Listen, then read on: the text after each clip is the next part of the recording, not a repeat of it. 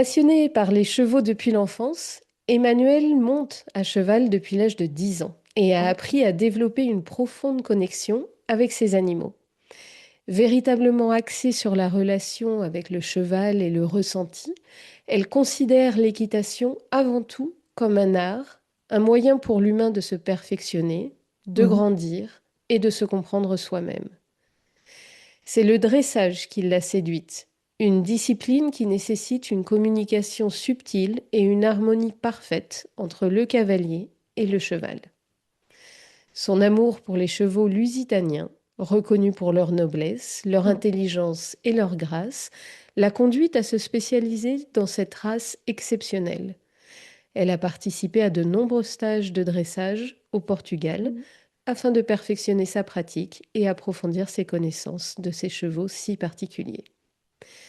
Elle-même propriétaire de 2 chevaux lusitaniens, elle voit le cheval comme un véritable miroir de l'âme humaine, un partenaire avec lequel elle partage une relation unique basée sur la confiance et la compréhension mutuelle.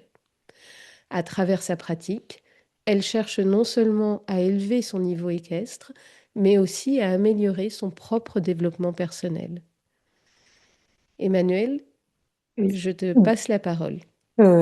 Oui, mais je sais pas, oui, j'ai des Lusitaniens, je monte à cheval depuis l'âge de 10 ans. C'est une passion, ça m'a pris. J'habitais pas loin d'un centre équestre quand j'étais petite et je voyais des chevaux passer dans la rue, enfin, qui allaient en promenade. Et là, je sais pas ce qui s'est passé, ça a été un coup de foudre terrible, hein. Ça a été un appel irrésistible du cheval.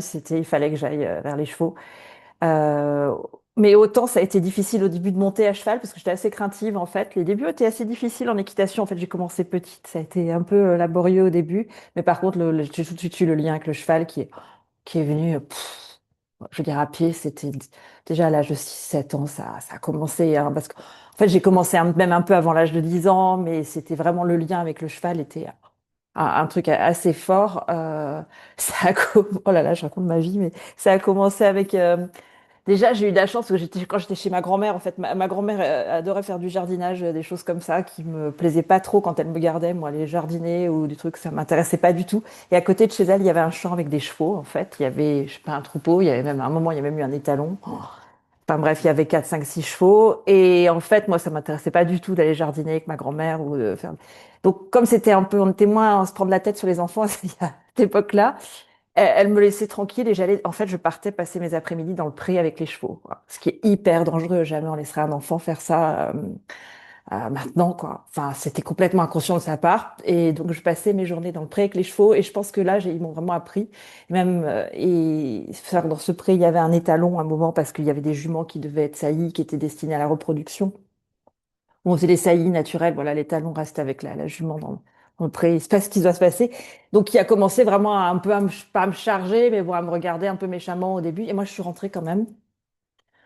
Et j'ai été, je sais pas comment dire, j'ai été comme acceptée dans le troupeau et j'ai développé un lien avec une jument qui était dans le pré, là, qui était assez hallucinant, enfin, gamine. Et je pense que tout a fait, en plus, de consolider les choses comme ça, hein. Voilà, donc là, c'est un peu le point de départ enfant. Puis après, j'ai commencé beaucoup à continuer à monter à cheval, à essayer comme d'apprendre à monter. Ça n'a pas été simple parce que j'aimais pas trop l'ambiance club, l'ambiance cavalier m'a jamais trop botté. Moi, vraiment, c'était la relation avec le cheval que je cherchais. Mais en même temps, j'avais envie de très bien savoir monter. Enfin voilà, ça, c'est un peu le départ, ce que je peux dire. Voilà. Mais je me souviens de ma propre expérience dans les clubs, Ouais, que c'est le moment où c'était pas en fait les cours où j'allais ponctuellement pendant la semaine, mais c'était les moments où on était en vacances et qu'il y avait personne au centre équestre et ouais, qu'on ouais. était 2 ou 3 enfants Ah comme ça qui étaient envoyés quand même, ouais. et c'était les plus beaux moments. Quand est-ce que tu as pu peut-être sortir de cette ambiance de cours spécifique et avoir une relation plus à ton goût? Ben, j'en suis jamais sortie parce qu'il fallait, moi j'avais quand même cet objectif de progresser, hein, de Mhm. passer les fameux galops, les machins, là, voilà. Donc non, je voulais vraiment quand même, j'ai toujours eu cette volonté de bien monter, de travailler, même si j'étais pas fan des cours et parce qu'il fallait faire de l'obstacle, des choses qui me plaisaient pas. Et donc j'avais en parallèle à ça développé ma bulle avec certains chevaux de l'écurie. C'est hallucinant. Je développais mon truc. Alors, vous vous retrouvez un petit peu à la marge parce qu'il y en a qui sont très axés sur le sport, sur l'équitation. Moi, c'était 1 heure d'équitation de mon cours, préparer le cheval, 1 heure de cours. Et après, j'allais m'occuper des autres chevaux que j'avais choisis, enfin, qui m'avait choisi, qui j'avais décidé de développer un lien. Et c'est énorme. Mais après, voilà, moi, j'ai continué de monter, mais rapidement. C'est vrai que je me suis tournée vers les Lusitaniens. Je voyais des Lusitaniens, on les voyait. Les Lusitaniens et les chevaux espagnols sont des chevaux qu'on voyait essentiellement dans les films. Dans un club, on avait rarement ces chevaux-là. Et je me suis dit, un jour, j'aurai un cheval comme ça. Parce que ceux-là, vraiment, m'ont marqué plus que les autres. Mais au début, je les voyais qu'à la télé, hein. C'est des chevaux qui sont à la base utilisés pour le spectacle, la tauromachie aussi. Et bon, je regardais pas la tauromachie, mais c'est pour donner un peu enfin, la nature du Lusitanien, hein, et du cheval espagnol, ses fonctions propres déjà. Et puis un jour, ce qui s'est passé, c'est que dans mon club où je montais donc des chevaux d'école classique, ils ont rentré un cheval lusitanien en fait, un entier. Un entier, c'est un cheval qui n'est pas castré, quoi, parce qu'il faut savoir que 90% des chevaux dans les écuries, hein, sont castrés, sont des ongres. Et là, je revois, je dis, c'est pas possible. Là, j'ai une chance à saisir. Il y a un Lusitanien qui est pour moi, avec la crinière qui dégoulinait partout. Ce sont des chevaux très baroques, un peu très expressifs. C'est ce que j'aime beaucoup chez eux. Ils s'expriment, ils sont pas contents, vous le voyez tout de suite. Il en manque plus que la parole. Et heureusement qu'ils parlent pas, parce que je crois qu'ils nous casseraient les oreilles. Et mon prof, qui me connaissait bien, bien vu que bon, j'avais un peu un coup de foot pour ce cheval-là, et s'est débrouillé pour que je le monte, même si j'avais pas trop le niveau. Mais bon, encadré avec quelqu'un avec mon prof, donc j'avais vraiment une grande confiance, donc j'ai pu monter ce cheval. Et petit à petit, là, j'ai dit, mais il me faut un Lusitanien, etc. Et voilà, j'ai continué à monter des chevaux classiques de club. Puis après, j'ai pu me payer mon premier cheval qui a été un Lusitanien gris, qui est né au Portugal, que j'ai toujours actuellement, mais qui a 28 ans aujourd'hui. Je monte plus, hein. Et puis là, j'ai enfin plus m'affiner pour aller travailler sur le dressage avec. Voilà. Waouh. Oh, Et ouais, c'est. c'est donc tu as dit que tu étais moins intéressée par l'obstacle et Ah, pas plus du par tout. le dressage. Ouais, ouais. Alors l'obstacle, déjà, enfin c'est terrible ce que je veux dire. Si mes amis cavaliers m'entendaient, ils hurleraient, mais j'ai jamais compris pourquoi on allait casser les pieds à un cheval, à le faire sauter. Même s'ils aiment sauter les chevaux, mais je vois pas l'intérêt. Pour moi, enfin, j'aime pas ça sauter. Et puis déjà, moi, ça me rappelle un peu.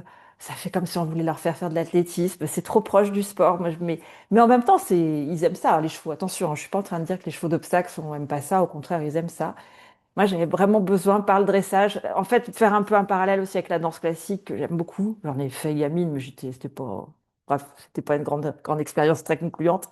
J'avais besoin de rapprocher quelque chose qui se rapproche d'une forme d'art un petit peu. Et je trouve que par le dressage, on crée vraiment un lien. Et puis, je sais pas, les sensations en dressage, c'est génial. Par contre, c'est beaucoup, beaucoup de travail. On travaille dans son coin, on gratte le cheval, comme on dit, dans son coin. Beaucoup de, On on est un peu. gratte le cheval, ça veut Ouais, dire gratter quoi? le cheval. C'est bon, on le gratte quand on lui fait des caresses, mais c'est travailler avec le cheval dans son coin, et c'est beaucoup de travail dans le silence, de répéter, répéter, se tromper, répéter des exercices de déplacement latéraux, les appuyer, et c'est vraiment c'est un travail d'échange enfin, c'est assez aussi, je sais pas comment dire, ça me rappelle beaucoup les danseurs classiques qui sont dans le studio en train de travailler à la barre, qui font leur barre au sol, ou un pianiste qui travaille ses gammes. C'est vraiment ça. C'est cette répétition du geste tout le temps, qu'on a moins dans le dressage, dans l'obstacle, pardon, qui est plus immédiat, où là, on va aller sauter les barres, on va travailler, on va calculer ses foulées par rapport à tel ou tel obstacle. J'ai quand même fait de l'obstacle, j'ai bien été Mhm. obligée pour mes examens, et où on va calculer ses foulées, où il va y avoir une approche de performance, un chrono à respecter. Là, dans le dressage, on va vraiment, c'est vraiment comme le pianiste, le danseur qui fait ses gammes, le danseur qui répète sa barre au sol, qui travaille à la barre aussi. Et je sais pas, il y a un dialogue qui se crée, qui peut paraître austère, hein, vu de l'extérieur. Je sais pas, ça vient vraiment me saisir à l'intérieur, et c'est ça que j'adore, quoi. Et quand tu parles de répéter et travailler encore et encore, Ouais. euh, c'est toujours avec le cheval ou il y a aussi un entraînement Ah, j'ai toujours. Oui, que oui, tu dois pardon. faire. Oui, c'est toujours en. Il n'y a Avec pas un. il y a pas un entraînement que tu dois répéter seul pour pouvoir obtenir, je sais pas moi, un geste ou quelque chose. C'est toujours Si, dans la si. relation avec le cheval Oui. pour se comprendre, en fait. Oui, on doit se comprendre. Et puis il y a des gestes là qu'on travaille. Là en ce moment, j'ai des exercices spécifiques là qu'on travaille ensemble. Changement de pied en l'air au galop. Flying Changes, ça s'appelle, voilà. Ce C'est qui ce m'a qu'on fait te poser travaille. la question, c'est parce que comme tu utilisais l'exemple du danseur ou du musicien et que Ouais. souvent, enfin, on les imagine travailler seuls, je me suis demandé si justement il n'y avait pas des mouvements ou des entraînements spécifiques Si, que tu faisais à part si, si. sans le Sans le cheval. cheval. Ah non, je devrais faire du Ah, je sais pas. pilate, des choses comme... Non, non, non, pas par non. Alors, non, non, non, toujours avec le cheval. Et puis, Ok. mon coach ou ma coach à mes côtés, voilà, Alors pour justement, encadrer. c'est aussi de ça dont je voulais te parler parce que j'en avais jamais entendu parler avant que tu le mentionnes. Euh, Qu'est-ce que c'est que le cadre noir? Ah, le cadre! Ah, le cadre noir, bah, c'est l'école nationale d'équitation, en fait, qui est reconnue au patrimoine mondial français, en fait, Mhm. qui est, anciennement, c'était la cavalerie, en fait, hein, c'était l'armée, parce que c'est toujours l'armée. Sauf que maintenant, il y a des civils, que je ne dise pas de bêtises, hein, qui sont, et ils sont à Saumur, hein, c'est vraiment l'école nationale d'équitation qui est là-bas, avec la cavalerie, et maintenant, il y a une grande partie, la majeure partie. Maintenant, ils sont plus dans la, enfin, ils vont plus à la guerre, c'est ce que je veux dire, quoi. On met plus de chevaux de cavalerie pour les conflits, heureusement. Et ils font maintenant, ils font des représentations dans le monde entier, d'art équestre, d'obstacles, etc. Et puis il y a aussi des cavaliers de compétition. Là, on a eu une cavalière olympique du cadre noir cette année, enfin, il y a 2 ans au JO avec Pauline Basquin et Sertorius, qui ont vraiment fait une très belle performance en dressage à Versailles. On se tenait les épreuves de dressage pendant les JO. Et en fait, ma prof, moi, qui me donne les cours, c'est la première femme qui est rentrée au cadre noir, en fait. Bon, maintenant, elle est retraitée, elle est partie du cadre noir, mais c'est elle qui vient me donner mes cours voilà, à l'écurie.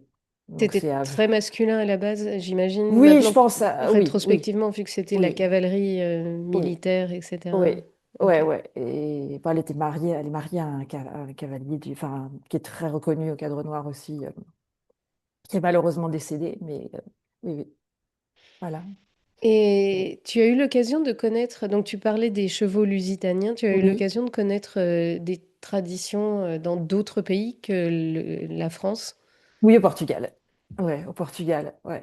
Enfin, uniquement au Portugal. Si, en Irlande. Je suis montée en Irlande. J'ai commencé par monter en Irlande parce que j'ai vécu une partie de ma vie en Irlande, où là, on a une tradition qui est très sympa en Irlande, qui est très axée sur la chasse. La chasse. Alors Mhm. là-bas, on chasse pas le renard, hein. Je crois que c'est même interdit maintenant. Mais on part à la chasse, c'est-à-dire qu'on fait le galop pleine balle dans la campagne, sauter les obstacles naturels. Donc là-bas, le dressage, ne connaissent pas, hein, mais c'est une belle équitation enfin, qui est assez récréative, entre guillemets, mais qui quand même demande une certaine technicité. On n'aborde pas des obstacles naturels dans la campagne ou sauter des barrières de façon. Il faut quand même une préparation, parce que ça peut être dangereux. On peut tomber, le cheval peut tomber, il faut bien. Et donc ça, c'est vraiment une autre équitation très axée sur le cheval dans le mouvement, et aller sauter en pleine nature. Moi, je me souviens être allé on sauter dans les collines au-dessus de Dublin avec des chevaux en liberté autour de nous. On partait galoper, sauter des petites haies. C'est vraiment comme ça. C'est vraiment plus ce qu'on j'ai retrouvé en Irlande. Et après, au Portugal, là, j'ai vraiment trouvé ce qui me plaisait avec le cheval lusitanien, qui est vraiment une équitation de tradition, de dressage. Inspiré des grands maîtres du dressage, de la Guérinière, de Baucher, qui sont les grands maîtres, mais qui remontent au 19e siècle. Et le maître qui a absolu dans le dressage au Portugal, c'est Nuno Oliveira, pour qui est décédé maintenant, qui est décédé en 89, et qui est vraiment là, l'écuyer qui a vraiment une grande inspiration dans le dressage classique.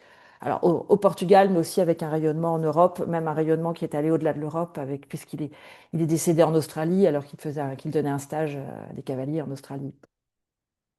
Donc voilà. Ouf. Ouais. Et qu'est-ce que ça représente au quotidien d'avoir deux chevaux maintenant, puisque tu en Ah as oui, deux, de ouais. devoir les entraîner, même s'il y en a un que tu Ah montes oui, non. plus? Non. Et comment s'appelle-t-il? Qu'est-ce que tu peux nous dire de ces deux chevaux que tu as? Alors le premier, c'est Rico. Mhm. Rico, il est né au Portugal, il a 28 ans, maintenant c'est un très vieux cheval, hein. Je l'ai acheté vieux, entre guillemets, je l'ai acheté, il avait 10 ans, parce que j'avais encore un niveau, à mon avis, pas assez satisfaisant en dressage pour avoir un jeune cheval. Et je l'ai acheté auprès d'un monsieur qui ne pouvait plus monter, qui était problème, je crois, de santé. Donc, qui l'avait acheté donc au Portugal, à la foire des Golgas. Golga, c'est la grosse foire internationale du cheval lusitanien.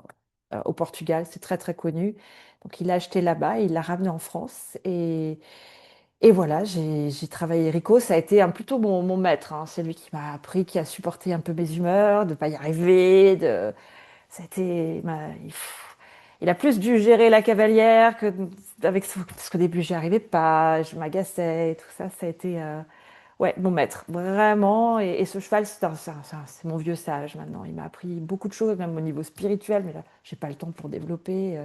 Il m'a plus appris à grandir que au niveau équestre. Mais bon, malgré, je l'ai monté de ses 10 ans à ses 21 ans, ce qui est relativement tard pour une retraite pour un cheval, mais il était en pleine forme. Même après 21 ans, il aurait pu continuer. Et j'ai acheté Lucifer à 3 ans. Donc Lucifer, il faut savoir, je suis allée dans un élevage que je suivais sur Internet. Et un jour, je suis allée les voir. C'est un élevage en Charente. Et je suis passée comme ça. Et c'est vrai que je voulais voir leurs chevaux. Et j'ai vu ce petit cheval noir, parce que Rico est un cheval gris, blanc. Lucifer est tout noir. Et qui était dans son pré avec tous les copains. Enfin bref, la belle vie de cheval. Et c'est vrai que ce cheval est venu vers moi. Mais moi, il me plaisait pas du tout. Je le trouvais pas moche, mais je le trouvais insignifiant. Tout le monde me disait, mais il est hyper beau. Moi, il me plaisait pas. Bon, et il est vraiment venu vers moi, quoi. C'est assez drôle. Il y a le troupeau, sachant qu'ils aiment bien être en troupeau. Lui, il a décidé de venir vers moi. Bon. Et je sais pas pourquoi. Je suis quand même retournée le voir 15 jours après. Je tiens, je veux quand même venir le voir. Et j'avais des amis avec moi qui me disaient, il est magnifique. Puis on savait que je cherchais à acheter un nouveau cheval. Ouais.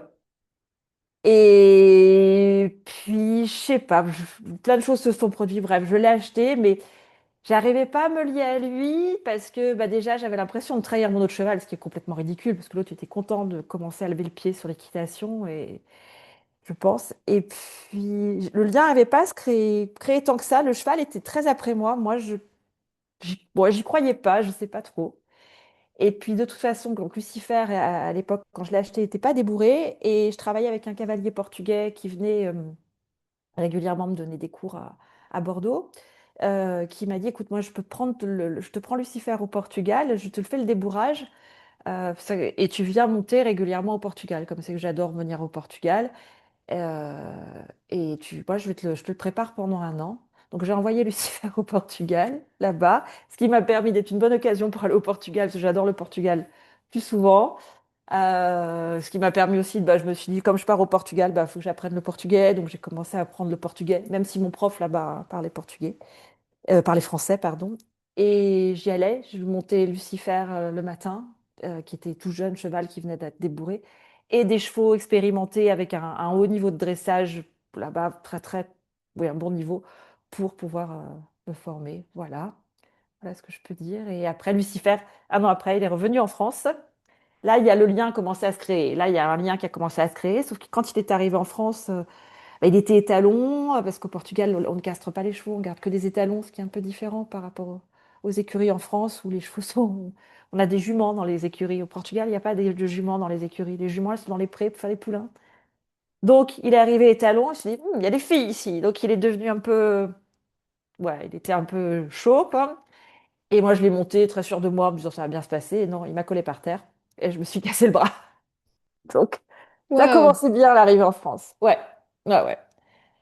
Donc, bon. Et bon, bah, j'ai pas lâché. Du coup, en plus, j'ai perdu grosse perte de confiance en moi. Et puis, bon, bah, c'est ma prof qui, en France, qui l'a monté entre-temps, le temps de ma convalescence. Et puis après, bah, voilà, j'ai repris, on m'a remis à cheval.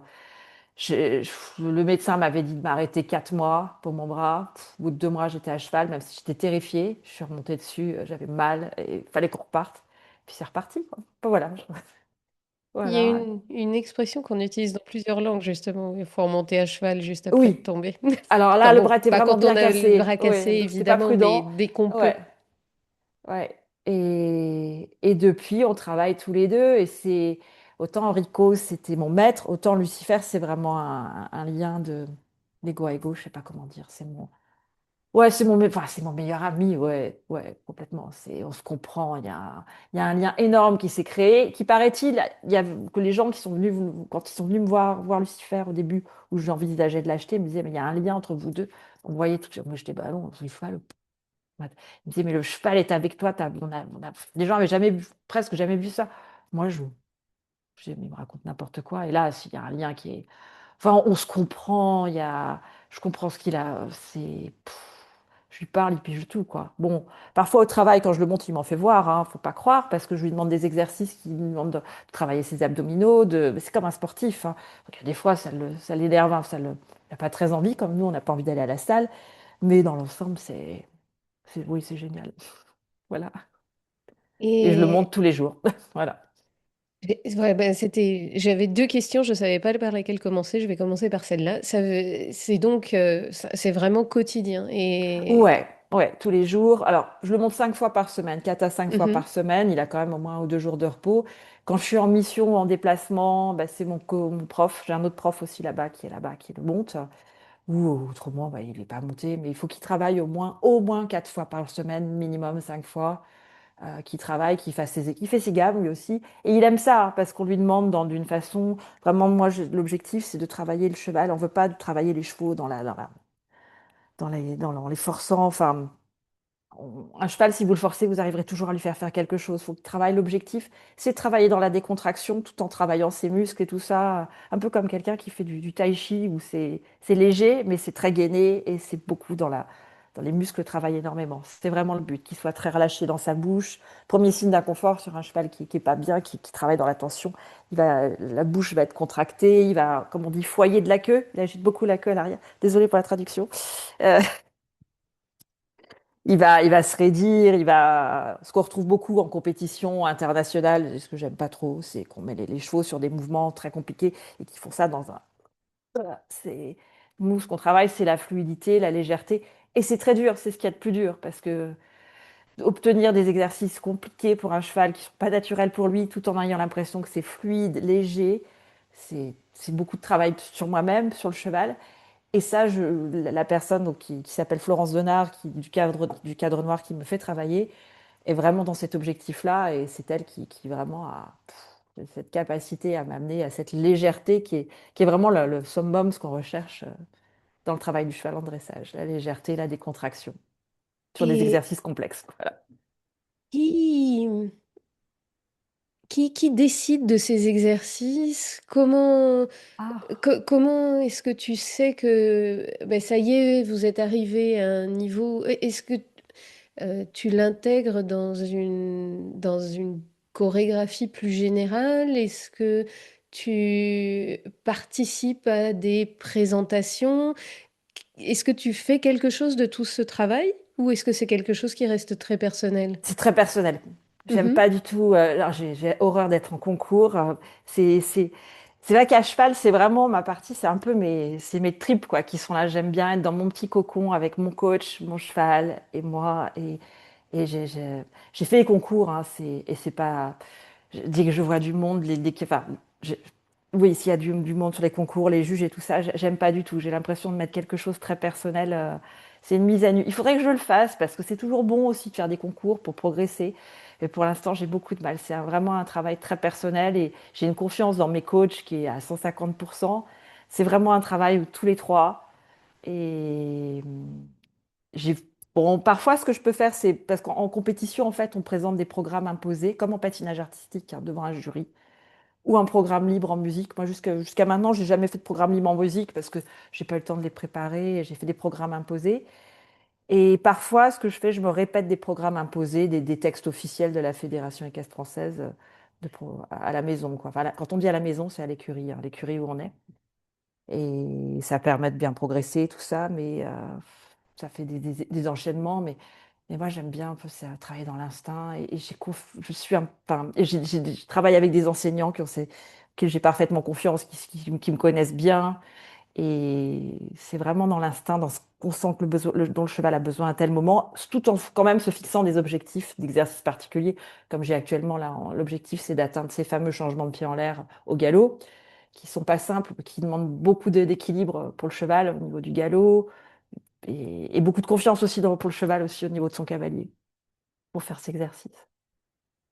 Voilà, peut-être que je m'éparpille un peu, hein, Non, mais pas du ça. tout, pas du tout. Au contraire, c'est passionnant. Et ben, j'ai eu plein de questions Ouais, ouais, ouais, faut qui y aller, hein. surgissent au fur et à mesure. Vas-y. Tu as déjà, bon, déjà, dès ta biographie, tu l'avais mentionné et on l'a entendu plusieurs fois dans ce que tu viens d'expliquer. Est-ce que tu peux ben, nous en dire un peu plus sur ce développement personnel que t'apporte le travail avec le cheval.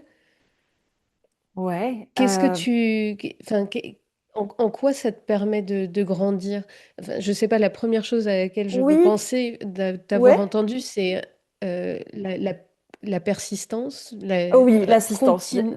Ah ouais, jamais lâcher. Alors là, jamais. Il y a de Et pourtant, l'échec. enfin, tu nous en as parlé aussi, tu as déjà passé par plusieurs échecs, par des Oh là là, blessures, par... oui. Ah, mais l'équitation, c'est comme ça, on passe par des blessures, par des... Puis les chevaux viennent vraiment vous chercher là où ça fait mal, hein. Un cheval, beaucoup de maîtres, vous entendrez Bartabas, il le dit, un cheval, il va aller, il sait toujours vous toucher quand vous allez le travailler, ne serait-ce qu'à pied ou en selle, il va aller vous chercher là où ça fait mal, où il y a une petite faiblesse, hein. Donc, tout le temps, pourtant, vous pouvez travailler un exercice d'épaule en dedans, shoulder in, je dis quand même qui est un exercice de dressage de basse école, ou des appuyés, ou des choses comme ça. Là où ça va pêcher, c'est pas, le cheval va, je sais pas comment vous dire. Moi, mon problème, moi, que j'avais, c'était de pas assez oser, de pas assez demander, j'osais pas demander trop au cheval, j'osais pas. Il y avait ce côté de, oh là là, j'ose pas demander. Et que je retrouvais dans certaines phases de ma vie personnelle où j'osais pas faire certaines choses, le cheval va vous le renvoyer. Un truc que vous n'avez pas réglé à l'extérieur dans votre vie personnelle, le cheval vous le renvoie. Et cette persistance aussi, les chevaux vous l'apprennent énormément. Moi, ça me sert énormément dans ma vie, après, dans ma vie professionnelle. Je sais pas, quand je suis en interprétation, si j'ai un intervenant là qui est compliqué, je veux dire, enfin, qui parle vite, on connaît tout ça, qui a un vocabulaire compliqué pour plein de choses. C'est pas, je repasse le micro, non, je vais pas te lâcher, mon coco, tu vas pas me. Enfin, c'est un peu comme, ça donne ce côté un peu têtu et on y va, quoi. Et les chevaux ouais, vous amènent à ça. Et puis, il y a plein d'autres choses, quoi. Enfin, c'est très long à raconter. Voilà.